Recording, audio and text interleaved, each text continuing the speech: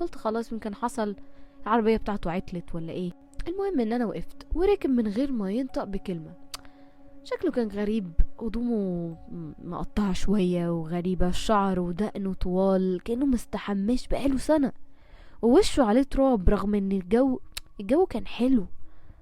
اكتر حاجة شدتني كانت الجاكيت العسكري التخين اللي لابسه، من النوع القديم اللي كان بيلبسه العساكر الليبيين في الشتاء، مع اننا في عز الصيف والدنيا نار. فمن خلال ان انا بصيت عليه كده قدرت اعرف ان هو في الخمسينات من عمره.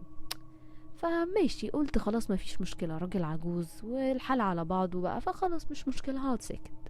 مشينا مع بعض حوالي 10 دقايق وهو ساكت خالص. قلت افتح معاه كلام، قلت له الدنيا حر النهارده، مش باين عليها عيد خالص. ما ردش ولا حتى بصلي. فجأة بصوت خشن قال لي